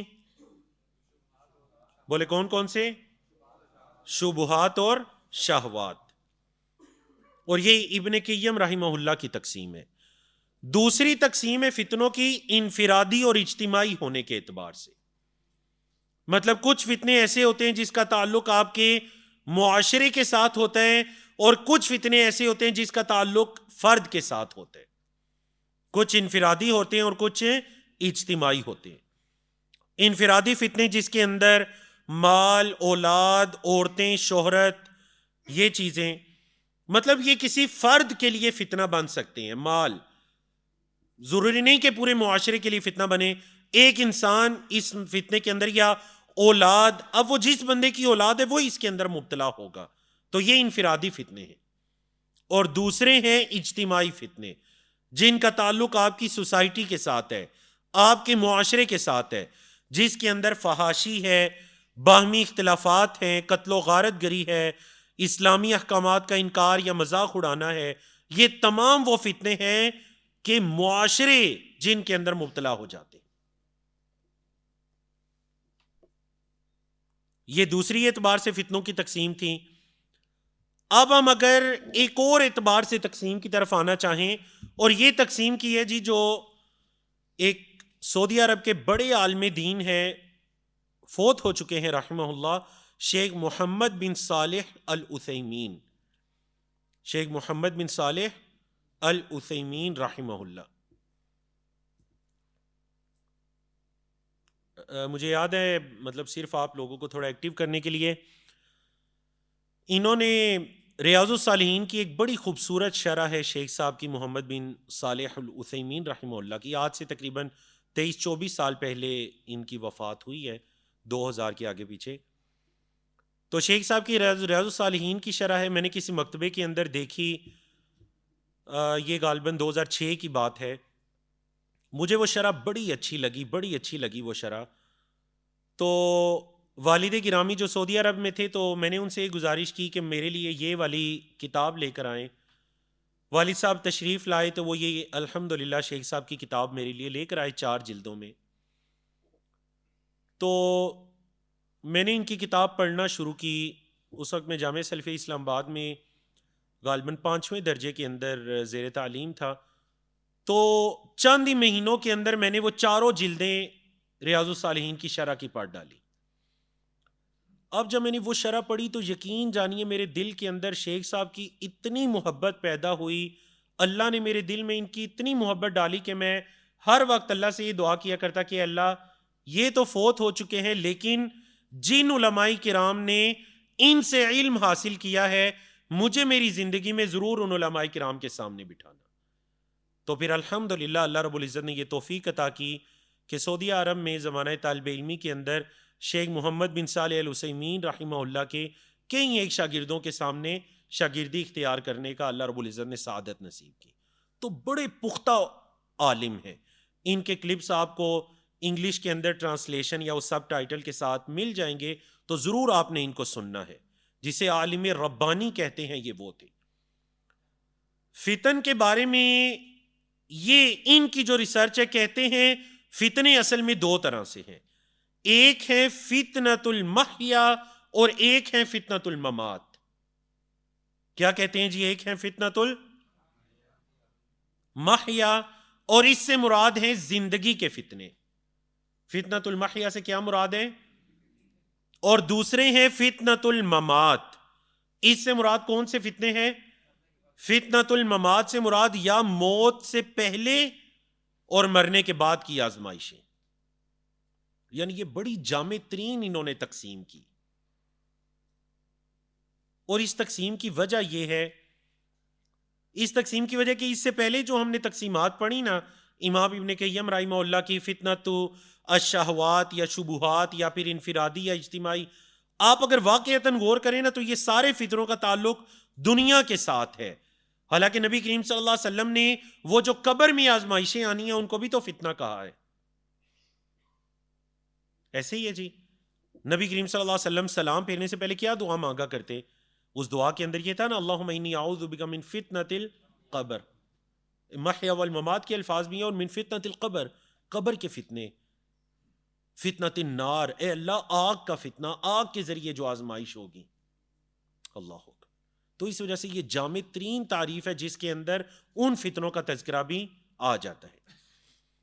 تو فتنۃ المحیا کے اندر پھر شیخ العثیمین رحمہ اللہ فرماتے ہیں کہ پھر محیا کے اندر یہ 2 طرح کے فتنے آ جاتے ہیں، ایک فتنۃ الشبہات اور دوسرا فتنۃ الشہوات، جو ہم تفصیل سے پڑھ کر آئے ہیں۔ اور فتنۃ الممات کے اندر کون سے فتنے آ جاتے ہیں جی؟ ایک قریب المرگ کا فتنہ، یعنی موت سے کچھ دیر پہلے کا فتنہ، اس وقت یعنی سکرات الموت کے اندر جو اللہ کے مومن بندے کی آزمائش ہوتی ہے۔ اور اس میں ہمیں امام احمد بن حنبل رحمہ اللہ کا ایک واقعہ ملتا ہے. امام احمد بن حنبل رحمہ اللہ جو تھے، ان کا جب ان پر بیماری کا حملہ شدید ہوا اور ان کا بالکل آخری وقت، لوگوں کو لگا کہ آخری وقت ان کا آ چکا ہے، تو جو ان کے پاس حاضرین تھے انہوں نے امام احمد بن حنبل رحمہ اللہ سے یہ کہا کہ ان کے سامنے کلمہ پڑھا، لا الہ الا اللہ، انہیں تلقین کی تاکہ امام احمد بن حنبل بھی کلمہ پڑھیں. لیکن امام احمد بن حنبل رحمہ اللہ کی زبان سے الفاظ نکلے بعدو بعدو. کیا الفاظ نکلے جی؟ وہ فرمانے لگے بعدو بعدو، بار بار یہ فرما رہے ہیں بعدو بعدو. اب ان کا بیٹا بھی موجود ہے، باقی بھی ان کے سارے شاگرد بھی موجود ہیں، اور سارے دیکھ کر بڑے شدید پریشان ہو گئے کہ ایک ایسا امام جس نے اپنی پوری زندگی نبی کریم صلی اللہ علیہ وسلم کی حدیث کی خدمت میں گزاری، اور ان کی زبان سے یہ الفاظ نکل رہے ہیں بعدو بعدو. اللہ رب العزت نے اس مرض سے امام صاحب کو شفا یابی عطا کی. جب شفا یاب ہوئے تو ایک مرتبہ بیٹے نے پوچھا کہ میرے والد گرامی، وہ جب آپ پر بیماری کا حملہ شدید ہوا اور ہمیں ایسے لگنے لگا کہ آپ کا جو نزاع کا وقت ہے وہ آ چکا ہے، تو آپ کو تلقین کی گئی اور آپ آگے سے بعدو بعدو کہہ رہے تھے. تو فرمانے لگے ہاں، اس وقت شیطان کا حملہ مجھ پر اتنا شدید ہو گیا تھا کہ شیطان بار بار مجھے یہ کہہ رہا تھا کہ اے احمد بن حنبل قد افلحتا قد افلحتا، اے احمد بن حنبل تو کامیاب ہو گیا، تو کامیاب ہو گیا، تو کامیاب ہو گیا. تو میں شیطان کو جواب دے رہا تھا کہ بعدو بعدو، ابھی نہیں ابھی نہیں، ابھی میری زندگی باقی ہے، ابھی نہیں پتا کہ میں کامیاب ہوا ہوں یا نہیں، ابھی وہ وقت باقی ہے، ابھی وہ وقت باقی ہے، نہیں پتا کہ خاتمہ کس چیز پر ہونا ہے. اللہ اکبر. استاد محترم شیخ محمد بن صالح العثیمی، سعودی عرب کے بہت بڑے عالم دین، جن سے ہم نے 10 دن تک مسجد نبوی کے اندر بیٹھ کر 14 کتابوں کو پڑھا 2020 میں. شیخ صالح العثیمی، آپ ضرور ان کے بارے میں پڑھیے گا، ان کو سنیے گا، سواد کے ساتھ ہے العثیمی. بڑی پیاری بات کرتے ہیں، کہتے ہیں کہ دیکھیے آپ اس وجہ سے مسلمان ہیں کیونکہ آپ مسلمانوں کے گھروں میں پیدا ہوئے ہیں. انکم مسلمون لانکم ولدتم فی بیوت المسلمین، کیونکہ آپ لوگ مسلمانوں کے گھروں میں پیدا ہوئے ہیں. اس کا یہ مطلب قطعاً نہیں ہے کہ آپ کا خاتمہ بھی دین اسلام پر ہی ہوگا. مطلب مسلمانوں کے گھروں میں پیدا ہونا یا پیدائشی مسلمان ہونا، اس کا یہ مطلب نہیں ہے کہ خاتمہ بھی دین اسلام پر ہوگا. اس وجہ سے اللہ سے ہمیشہ حسن خاتمہ کا سوال کرتے رہیں اور اللہ سے ثابت قدمی کا سوال کرتے رہیں، استقامت کا سوال کرتے رہیں. اور نبی کریم صلی اللہ علیہ وسلم کی دعاؤں کے اندر صحابہ فرماتے ہیں کہ جو آپ صلی اللہ علیہ وسلم کی اکثر دعا تھی نا، وہ یہ دعا تھی یا مقلب القلوب ثبت قلبی علی دینک. یہ اصل میں فتن کے مقابلے کے لیے تو تھی. اے دلوں کو پھیرنے والے، اے دلوں کو پھیرنے والے، میرے دل کو اپنے دین پر ثابت قدم رکھنا، ثبت قلبی علی دینک. اللہ اکبر. اور دیکھیے جب نبی کریم صلی اللہ علیہ وسلم کثرت سے یہ دعائیں کر رہے ہیں تو پھر مجھے اور آپ کو یہ دعائیں کرنے کی کتنی زیادہ ضرورت ہے. اکثر آپ صلی اللہ علیہ وسلم کی دعا میں یہ ہوتا تھا، اے دلوں کو پھیرنے والے، میرے دل کو اپنے دین پر ثابت قدم رکھنا. اور اسی وجہ سے تو علماء کرام کہتے ہیں کہ وَمَا سُمِّيَ الْقَلْبُ قَلْبًا إِلَّا لِتَقَلُّبِ، قلب کو قلب کہا ہی اس وجہ سے گیا کیونکہ یہ تقلب کا عربی زبان میں مطلب ہوتا ہے تقلبہ، یہ تقلب کا مطلب ہوتا ہے الٹ پلٹ ہونا. قلب کو قلب، دل کو عربی زبان میں قلب اسی وجہ سے کہا گیا کہ پتہ ہی نہیں چلتا اس کے پھرنے میں، یہ بڑی جلدی الٹ پلٹ ہو جاتا ہے. اللہ اکبر. تو یہ ہے جی قریب المرگ، یعنی کہ وہ جو سکرات الموت کی حالت میں فتن ہے، کیونکہ اس وقت شیطان کا پورا حملہ ہوتا ہے کہ اگر پوری زندگی یہ بندہ کامیاب رہا، آزمائشوں سے نکلتا رہا، کسی فتنے کے اندر مبتلا نہیں ہوا، تو اب یہ وقت ہے کہ اس کو فتنوں کے اندر مبتلا کیا جائے. اور اس کا خاتمہ اسلام کے اوپر نہ ہو، یا مرنے سے پہلے کچھ ایام یا مرنے سے پہلے یہ کچھ اس سے ایسے افعال یا ایسے اقوال سرزد ہو جائیں جو اس کے لیے پکڑ کا باعث ہو جائے۔ اور اگلا ہے جی موت کے بعد کا فتنہ، جس سے مراد قبر کی آزمائش ہے۔ اس میں انسان سے سوال و جواب ہونے ہیں۔ نبی کریم صلی اللہ علیہ وسلم جب کسی کو دفن کر دیا کرتے تو آپ صلی اللہ علیہ وسلم کیا فرمایا کرتے تھے جی؟ ہاں جی، آپ صلی اللہ علیہ وسلم کیا فرمایا کرتے تھے؟ جب کوئی شخص دفن ہو جاتا تو آپ صلی اللہ علیہ وسلم صحابہ کرام سے کیا فرماتے؟ آپ صلی اللہ علیہ وسلم صحابہ کرام سے فرماتے کہ اپنے اس بھائی کی ثابت قدمی کے لیے دعا کرو، ادعوا اللہ لہ بالثبات، اس کی ثابت قدمی کے لیے دعا کرو، لأنہ الآن یسأل، کیونکہ اب اس سے سوال ہو رہے ہیں، اس کی ثابت قدمی کی کیا کرو؟ دعا کرو۔ اللہ اکبر۔ تو الحمدللہ جی، اللہ رب العزت کی توفیق سے ہم نے آج کے 4 موضوعات کو تقریباً 1.5 گھنٹے کے اندر مکمل کیا۔ انشاءاللہ العزیز کل کے جو موضوعات ہیں آپ ایک مرتبہ ان کو دیکھ بھی لیجئے۔ کل انشاءاللہ ہم نے مختلف فتنوں کے بارے میں پڑھنا ہے 1 بائی 1، اور ان فتنوں کے ہمارے معاشروں پر کیا اثرات ہوتے ہیں، ان فتنوں کے اسباب کیا ہوتے ہیں، اور اہل ایمان کے لیے ان فتنوں سے بچاؤ کے کیا طریقے ہیں۔ اقول قولی ھذا استغفر اللہ لی ولکم ولسائر المسلمین من کل ذنب، وصلی اللہ تعالی علی نبینا محمد وعلی آلہ وصحبہ اجمعین۔